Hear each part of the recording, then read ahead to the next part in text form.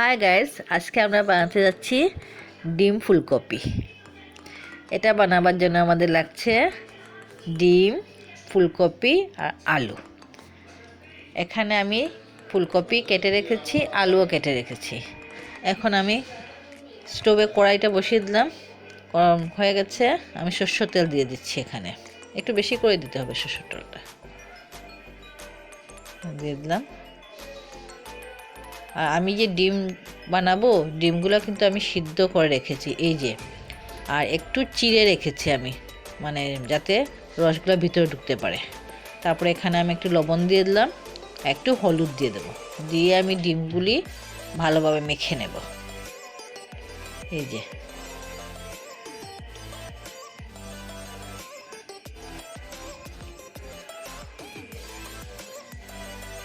ডিমগুলো চিড়ে রাখলে কি হয়, তেলে দিলেও ফাটবে না। তার জন্য আমি একটু চিড়েও রেখেছি ডিমগুলো, যাতে রসটাও ভিতরে ঢুকে। হ্যাঁ, এখন আমি এই ডিমগুলা ভেজে নেব ওই তেলে।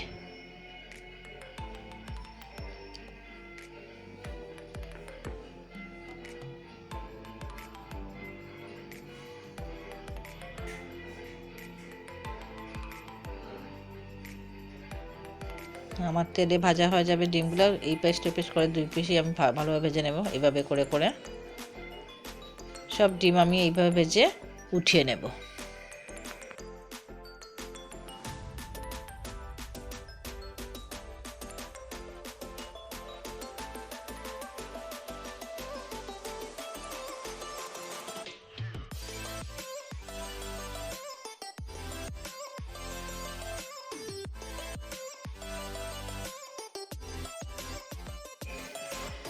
হ্যাঁ, আমার ডিমগুলো সব ভাজা হয়ে গেছে।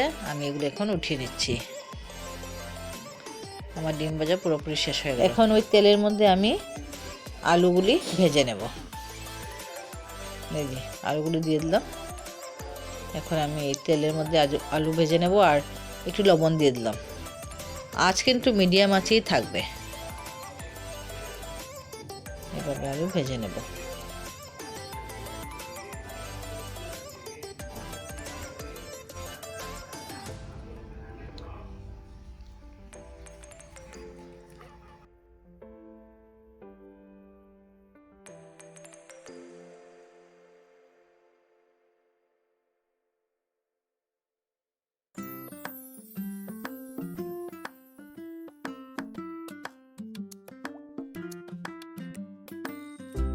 আমার আলু ভাজা হয়ে গেছে, আমি আলুগুলো উঠিয়ে নিলাম। এখন আমি ওই তেলের মধ্যে ফুলকপিগুলোও এইভাবে ভেজে নেব। এই যে ফুলকপিগুলো দিয়ে দিলাম।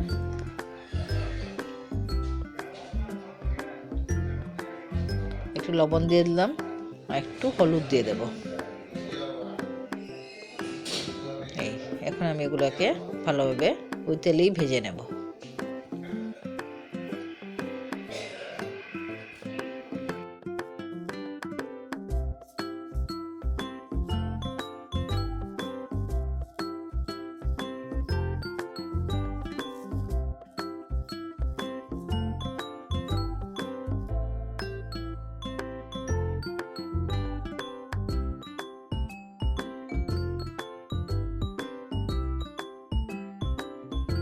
আমার ফুলকপিগুলো ভাজা হয়ে গেছে, আমি এগুলো এখন উঠিয়ে নিচ্ছি।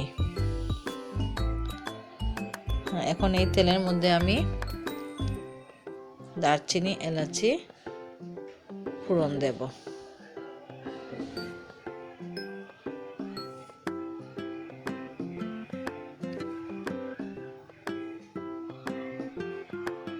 দারচিনি, এলাচি দিয়ে দিলাম। তারপর আমি দুটো তেজপাতা দিয়ে দেব।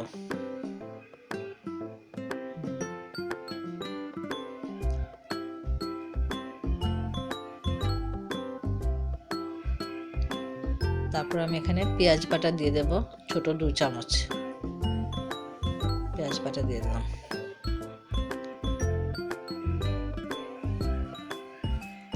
এখন এগুলোকে ভালোভাবে কষতে থাকবো।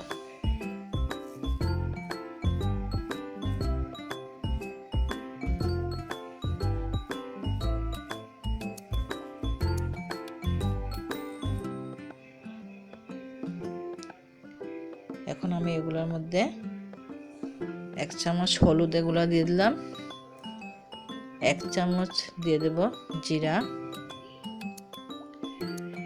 আর 1 চামচ দিয়ে দেব ধনিয়া গুঁড়া, আর 2 চামচ লাল মরিচের গুঁড়ো দিয়ে দেব। এই যে বাস, এখন আমি এগুলাকে খুব ভালোভাবে মিক্স করতে থাকবো। লবণও দিয়ে দিলাম স্বাদ অনুসারে, এটা যে যার স্বাদ অনুসারে লবণটা দিয়ে দিলেই ভালো।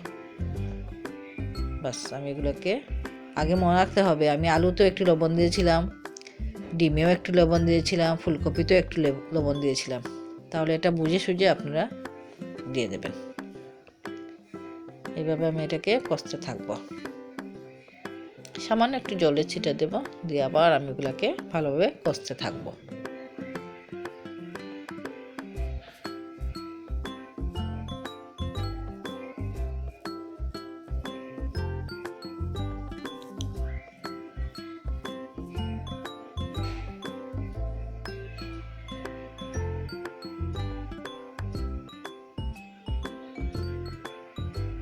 মশলা যত ভালোভাবে কষবে তত রান্না তত স্বাদ হয়। একটু জল দিয়ে দিলাম, দিয়ে আবার ওইটাকে আমি কষাতে থাকবো। এই যে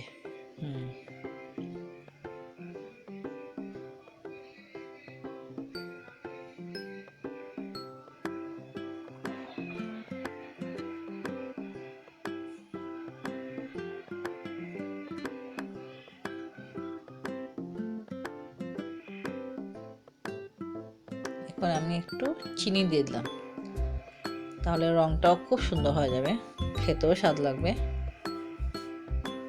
এখন আমি ফুলকপি দিয়ে দিলাম, এখানে ভাজা যেগুলো ভেজে রেখেছিলাম ওইগুলো দিয়ে দিলাম এখানে।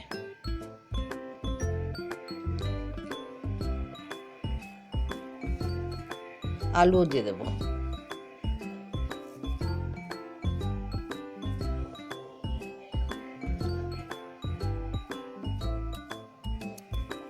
এখন খুব ভালোভাবে এগুলোকে আমি মিক্স করতে থাকবো।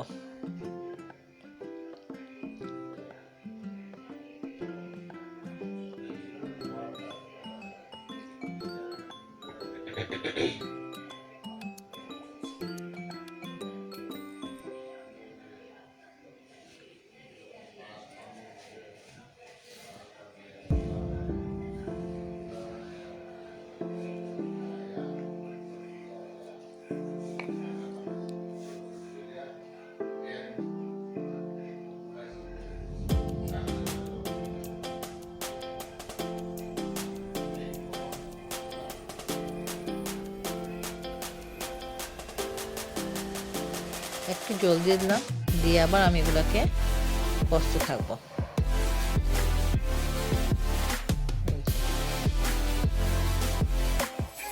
এখন আমি একটু বেশি করে জল দিয়ে দিলাম, খুব একটা বেশি দেবো না, যেহেতু একটু মাখা মাখা মোটামুটি একটু থাকবে, এটা একটু বুঝে সুঝিয়ে দেবেন। এইভাবে দিয়ে দিলাম।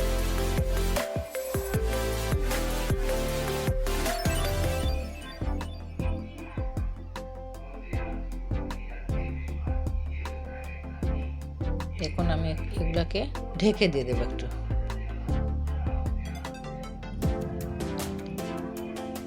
একটু সময় পরে আমি আবার ঢাকনাটা খুলে দিলাম, তারপরে আমি দেখে নিলাম একটু নাড়িয়ে চাড়িয়ে, তারপরে আমি ডিমগুলাও দিয়ে দেবো এখন।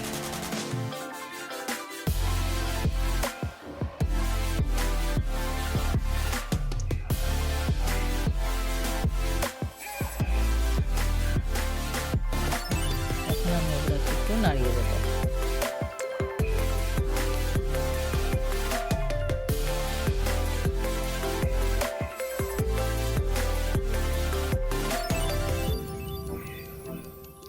আবার আমি এগুলোকে ঢেকে দিয়ে দেব, সামান্য একটু সময় রেখে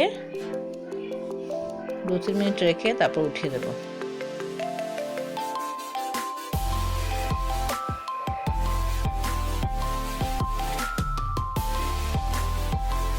এখন আমি উপরে একটু গরম মশলা গুঁড়ো দিয়ে দিলাম।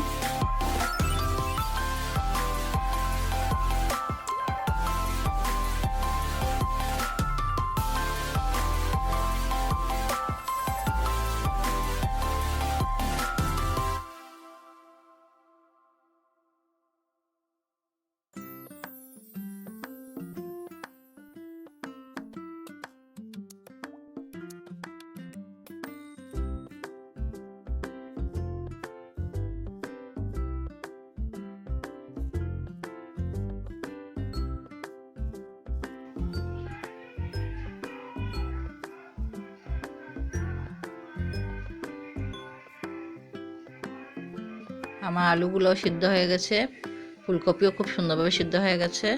এখন আমি 1-2 সেকেন্ডের জন্য আমি আবার ঢেকে দিচ্ছি।